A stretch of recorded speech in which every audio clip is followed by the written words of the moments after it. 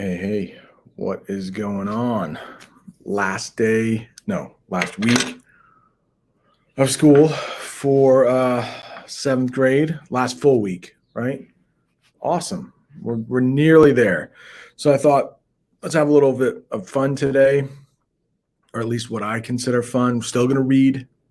Reading is important, but we're going to read about one of my favorite things, and that's food.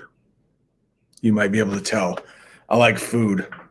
And today we're going to talk about where some of our favorite, all of them are unhealthy, but some of our favorite foods came from, like chocolate chip cookies. I don't know about you, but I mean, does it get any better than a warm chocolate chip cookie? The chocolate is still like when you bite into it, still kind of like stretches and it's a little gooey. Maybe the middle isn't fully cooked. Yeah, it's a good one. CocaCola, Coke. It's incredibly popular, like worldwide, but especially in the South. And we'll learn why it's so popular in the South. Like when I used to live in Alabama, people would ask, "Hey, do you want a Coke?" Like, yeah, sure. What kind of Coke do you want? You want Mountain Dew? Yeah, or whatever. So Coke is like soda down there. And they just, most of the time, a Coke is any kind of soda. Up here, we have soda, Coke, Pep. I mean, even down south, a Pepsi is even a Coke. Although, for the most part, Pepsi's not very big down there, but Coke is. We'll talk about a few of them. But at the same time, hopefully, you'll get a little bit better at reading. This is just an article here from Newsella, and it's the origins of famous foods. And right there, we have a cookie, chocolate chip cookie. You can see it's like a little gooey right there. It looks delicious. Did you know the chocolate chip cookie was invented by accident? Did you know that? Excuse me. I did not know that. I figured that's a work of art. So it took a while to create that, but no, it's by accident. Food is created in various ways, sometimes by accident or by experimentation. Here's how a few fun products were invented. Chocolate chip cookies.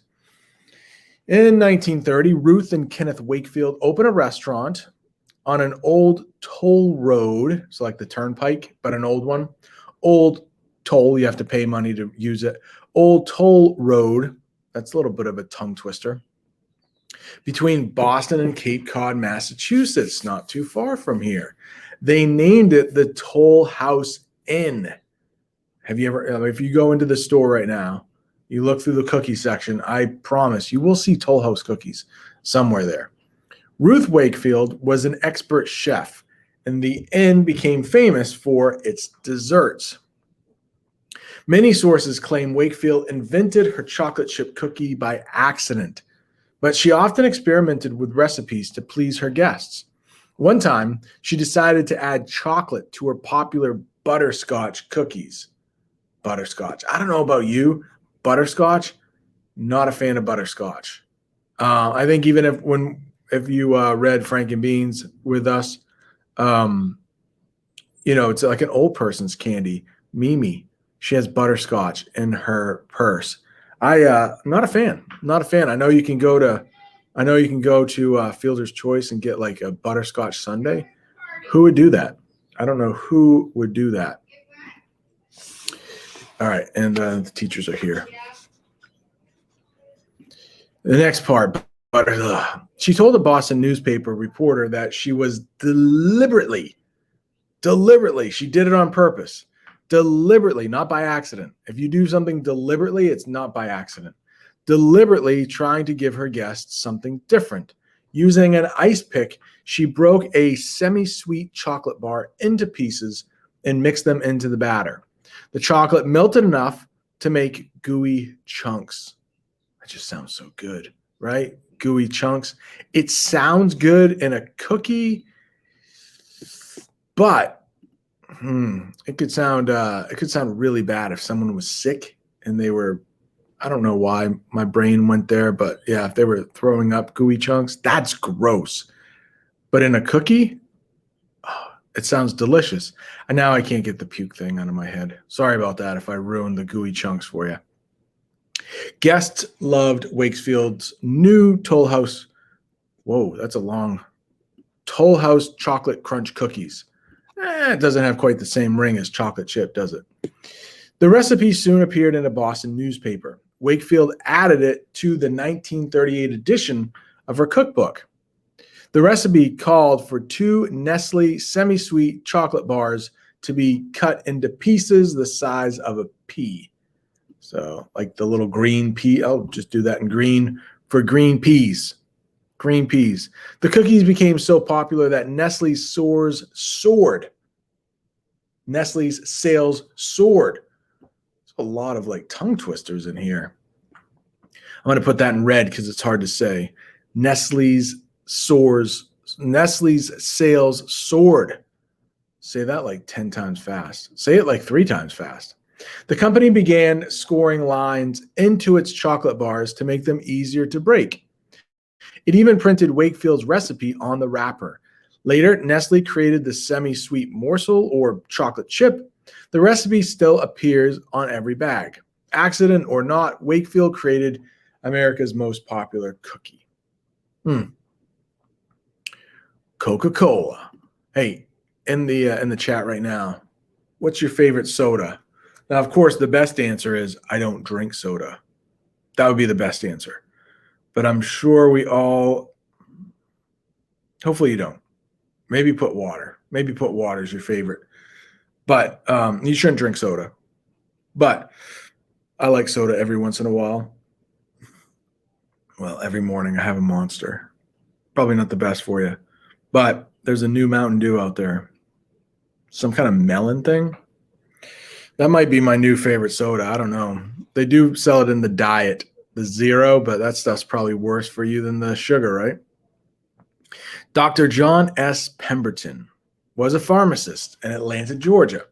In 1885, he established Pemberton Chemical Company and created various medicines. The next year, he began to experiment with a new headache medicine. He melted sugar into boiling water in a kettle. Sugar would fix any kind of headache, right? Sugar fixes everything. Unfortunately, it's not good for you.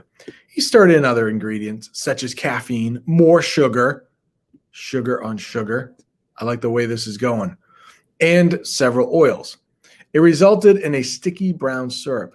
2 major ingredients were extracts from leaves of the coca plant and the cola nut. And when we're talking about extracts, like you could use extracts in cooking. Like you might have something called a vanilla extract. It can be pretty expensive, but when you're cooking, it's just, you only need like a little bit. Extract, it's like super concentrated. So a really strong vanilla flavor, just in 2 drops. So extract, it means it's been taken from like the vanilla bean. It's been taken from the vanilla bean, maybe boiled down and made like super concentrated. So that's what an extract is. Extract. Let's make this a little bigger. Combining coca and cola, the cola leaf, cola nut. Did I say cola nut? Coca-Cola. Combining coca and cola, Pemberton's accountant suggested that he name the concoction CocaCola. And if you don't know what a concoction is, it's a good word to know. It's just when you mix up a bunch of things, like a witch for a spell may come up with a concoction. Oh, did you want to take a look at that? The older bottles. You can still, that I just think glass bottles, Coke in a glass bottle, just hits a little different than in a can or a plastic bottle. Good stuff. I bet that bottle is worth a lot of money. It was supposed to be medicine for headaches. On May 8th, 1886, Pemberton and his partners took the syrup to Jacob's Pharmacy in Atlanta. He asked the druggist to mix 1 ounce of syrup with 5 ounces of water and sell it at the soda fountain to treat headaches and fatigue. So when you're really tired, you could say you have fatigue. The men sampled it and liked the taste. When carbonated water was accidentally added to the syrup instead of plain water, the fizzy drink tasted even better. Pemberton died in 1888.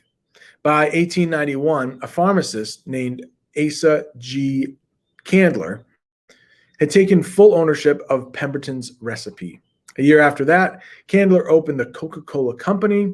Soon, the refreshing drink was sold all across the United States. Today, people around the world enjoy it. What do you say? We save tomorrow, we'll go popsicle, tea bags, lifesavers. All right, we'll save the other three for tomorrow. I don't know, when I lived down south, sweet tea was big. Still is big, but sweet tea. Why is all that highlighted? All right, so tomorrow we will get back to the three foods there: lifesavers, tea bags, and popsicles.